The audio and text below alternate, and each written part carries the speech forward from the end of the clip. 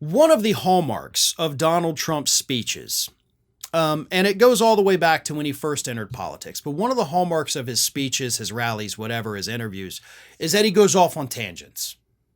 And normally those tangents are related to something that he says. He'll say a word in a sentence that kind of puts him on a different path. He'll go off on that word, but then he'll come right back. But he's done that his entire political career. But over the last few months, it's gotten worse. Worse to the point where it's undeniable that there is something wrong going on inside this man's head.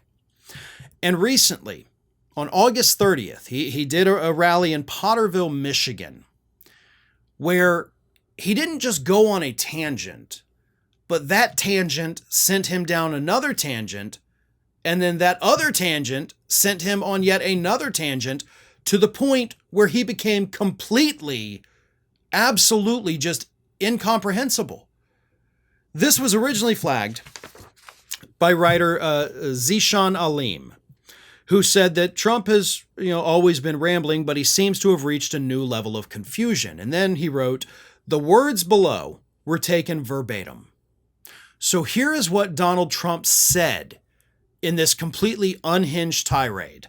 And I'm going to do my best with it. I may trip up because these words make no sense, but here's what Trump said. "She destroyed the city of San Francisco. And I own a big building there. No, I shouldn't talk about this, but that's okay. I don't give a damn because this is what I'm doing." So he's already he was trying to get back to his main point, but the tangent kept calling. So he continues. He said, "I should say it's the finest city in the world. Sell and get the hell out of there, right? But I can't do that. I don't care. I lost billions of dollars. Billions of dollars. Somebody said, 'What do you think you lost?' I said, 'Probably 2-3 billion. That's okay. I don't care. They say, 'You think you'd do it again?' And that's the least of it. They always say, 'I don't know if you know, Lincoln was horribly treated. Jefferson was pretty horribly. Andrew Jackson, they say, was the worst of all, that he was treated worse than any other president.' I said, 'Do that study again because I think there's nobody close to Trump. I even got shot, and who the hell knows where that came from, right?'" San Francisco, I got shot. He made it from this point to this point and went every flippin' place in between, and none of it made sense because none of it was actually related to anything. He's insane. Genuinely, there's something very wrong with him, something diagnosably wrong. If he were to go in and actually speak to a psychiatrist, somebody who is capable of making these medical determinations and diagnoses, he would leave there with a identified illness. I firmly believe that. But Zeeshan Alim, the writer who was talking about this, goes on. And I'm going to read this because this is brilliant. "This is impossible to follow. Trump's asides stack atop each other with such density that it's dizzying for even professional political observers to discern what he's trying to get at. Why is a presidential candidate leapfrogging from talking about Harris's policy record to the bath he took on a property he owns to where he ranks on the list of horribly treated presidents? His asides themselves are often unintelligible. What is this alleged anecdote about his San Francisco property meant to convey? What does he even mean about how horribly presidents were treated? To cap it all off, Trump casually tossed out an insidious conspiracy theory. He implies we don't know who shot him, when of course we do. Trump has been embedded in the public consciousness as a rule breaker for so long that it can be easy to forget how far he is from fulfilling the basic requirement of a politician to speak clearly.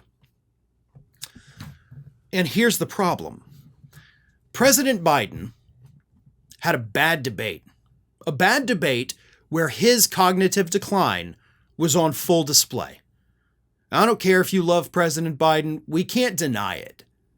Yes, his age has caught up with him and he is slowing down. Now, I am not saying at all that President Biden has a mental illness because I do not think he does. but he is a little slower. He's a little more forgetful. He's also 81 years old, and that does tend to happen with age. Donald Trump is only 78, but not only does he have this cognitive decline, I firmly believe, personally, that he also has genuine mental illnesses to go along with it. Maybe it's psychological, maybe it's biological, something that we could see on an actual CAT scan. But it doesn't matter which one it is, because they're all horrible things for a man who could potentially become the next president of the United States. And the media love to talk about Biden's issue. I mean, the debate headlines about President Biden slipping up repeatedly, we had weeks of it every day. The media out there telling us like, oh God, Biden's got mashed potato brains, while Trump's out there saying the craziest things we've ever heard in our life. And they barely blink. They don't talk about it at all. And Aleem goes on here. He says, questions about Biden's mental acuity were rightly raised in this election cycle. Questions about Trump's mental acuity should be raised too. The incoherence of the Potterville speech is just one of countless examples. Biden's exit from the race not only sharpens public awareness of Trump's age and communication struggles, it also shields Democrats from accusations of hypocrisy. Now, as Harris energetically lays out how she wants to improve the country, Trump's bizarre speeches look even more concerning than they did before. After all, during his first term, Trump's imprecise, impulsive way of communicating made him exceptionally dangerous when speaking about sensitive diplomatic and national security issues, such as in his policies towards North Korea. Those risks will only be greater if he becomes president again. And it's genuinely chilling, he concludes, to imagine a less capable, less focused Trump handling another major public health crisis such as COVID. Trump's seeming decline isn't his worst quality, but it likely would make many of his vices worse. And that is what we need to be concerned about. But here's the thing. You're watching this. You are concerned about this. I'm concerned about it. I've talked about it ad nauseum. Everybody else that does what I do has talked about this. But we're not enough. It has to be headline news on CNN every day. Has to do the same on MSNBC. News Nation, get on it. You cannot continue to ignore this. You didn't ignore Biden. New York Times, Washington Post, LA Times. All of these major national USA Today publications, Miami Herald, get on this. And I don't mean just do one article, one story, one segment, and then you're done. You don't have to talk about it again. Trump is giving us evidence of his cognitive decline daily. Daily! So it should be a daily story.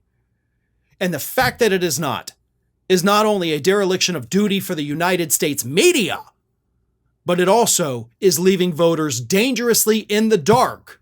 Voters who are going to end up voting for this man who is completely just mentally incapacitated, but they have no clue about it, because the media is not talking about it. America's Lawyer has launched its own YouTube channel. Now, this channel, of course, is still in its early phases of development, but you can help grow it by subscribing. Just go to youtube.com/TheAmericasLawyer, and you'll get all of the great content from Mike Papantonio and myself that we produce every single week.